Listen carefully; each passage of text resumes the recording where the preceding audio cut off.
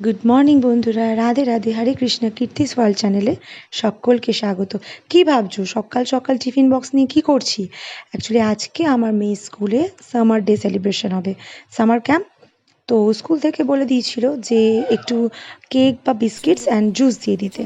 তো সেটাই আমি ওকে দিয়ে দিয়েছিলাম এবং ভাবছি সেটারই একটা ছোট্ট ভ্লগ তোমাদের সাথে শেয়ার করি। এখানে দেখো, ওকে আমি পাকা আম ম্যাঙ্গো সাজিয়েছি, এটাই প্রজেক্ট ছিল।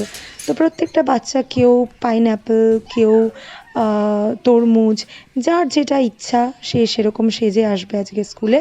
এবং অবভিয়াসলি কি কালার ড্রেস পরে, স্কুল ড্রেস আজকে একদম নয়। দেখো ঘুরে গেছে, পোজ দিচ্ছে। ও পুরো পাকা আম আর ওখান লাগছে দিয়ে ওর তোকে বাবা গাড়িটা দেখে। বের করছে। তো সকাল ঠিক আছে, সকাল একদম, এখন বাজে সকাল সরে যা। প্রায় 7টা। তো 7টা ঠিক বাবা গাড়ি বাজেনি, বের 7টা করছে। বাজতে 10 মিনিট বাকি আছে, কারণ ওদের 7টা 10-এর মধ্যে স্কুলে ঢোকাতে আমি হয়। ফটো তুলছি না, তো বাবা আমি গাড়িটা বের ভিডিও করে করছি। নিয়েছে। আমরা বেরিয়ে পড়েছি স্কুলের উদ্দেশ্যে। এটা আমার পাড়ার গলি। এই পাশে যে মাঠটা দেখছো, এখানে খুব সুন্দর একটা দুর্গাপুজো হয়, উদয়নপল্লীর দুর্গাপুজো। আগে উদয়নপল্লীর দুর্গাপুজোটা বেশ বড় করে হতো, কিন্তু কোভিডের পর থেকে না দুর্গাপুজোটা এখন অনেকটা ছোট হয়ে গেছে। তো এখন ছোটোখাটো করে বেশ সুন্দরভাবে হয়। আমরা কিন্তু ভীষণ এনজয় করি পুজোর 5টা দিন আমাদের পাড়াতে। এই দেখো আমরা মোটামুটি মেন রোডে উঠছি।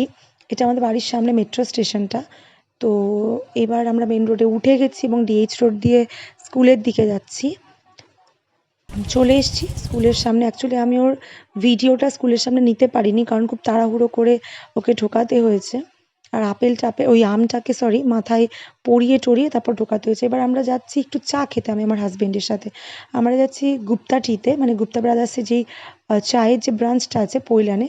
সব বন্ধুরা মিলে চলে এসেছি। দেখো আমরা গাড়িতে বসে আড্ডা দিচ্ছি আর চা খাচ্ছি। এখানে আমার হাজবেন্ড আর আমার একটা বন্ধুর হাজবেন্ড দুজন মিলে দাঁড়িয়ে চা খাচ্ছে, আর আমরা গাড়ির মধ্যে চুটিয়ে আড্ডা দিচ্ছি। দেখো খুব মজা করি আমরা, এই টাইমটা আড্ডা মারি। তো বাস হয়ে গেছে, স্কুল কমপ্লিট। ওকে নিয়ে আমি চলে এসেছি ডক্টরের চেম্বারে। অ্যাকচুয়ালি ওর ভ্যাকসিনেশন ছিল। দেখো আমি দেখাচ্ছি তোকে, এখানে ভ্যাকসিন দেবে, ইঞ্জেকশন দেবে। তো ওর একটা ভ্যাকসিনেশন ছিল। তো সেটাই আগে গ্যাংটকে যাওয়ার আগে একটা নেওয়া হয়েছিল, আর একটা ভ্যাকসিনেশন বাকি ছিল। তা চলে এসেছি ডক্টর সিনহার চেম্বারে ওর ভ্যাকসিনেশনের জন্য। তো কিন্তু ভীষণ মানে টেনশন করছে, ওপরে ওপরে হাসছে, দেখাচ্ছে যে আমি ভীষণ ব্রেভ গার্ল, বাট সেটা একদমই নয়। কেঁদে ফেলেছিল ভ্যাকসিন দিতে গিয়ে। ডক্টরের চেম্বারে তো ভিডিওটা ঠিক অ্যালাউ নয়, তো সেই জন্য আমি ওখানে ভিডিও করতে পারিনি। তো বাস ভ্যাকসিনেশন দিয়ে বাড়ি চলে এসেছি। ফ্রিজের মধ্যে চিকেন রাখা, অ্যাকচুয়ালি ফেরার পথে 2 কেজি চিকেন নিয়ে নিয়েছিলাম, তো কিছুটা ফ্রিজের মধ্যে ঢুকিয়ে রাখলাম। আর বাকিটা ম্যারিনেট করে, জাস্ট আজকে যেটা রান্না হবে সেটুকুনি ম্যারিনেট করে, জাস্ট টক দই দিয়ে ম্যারিনেট করে রেখেছি।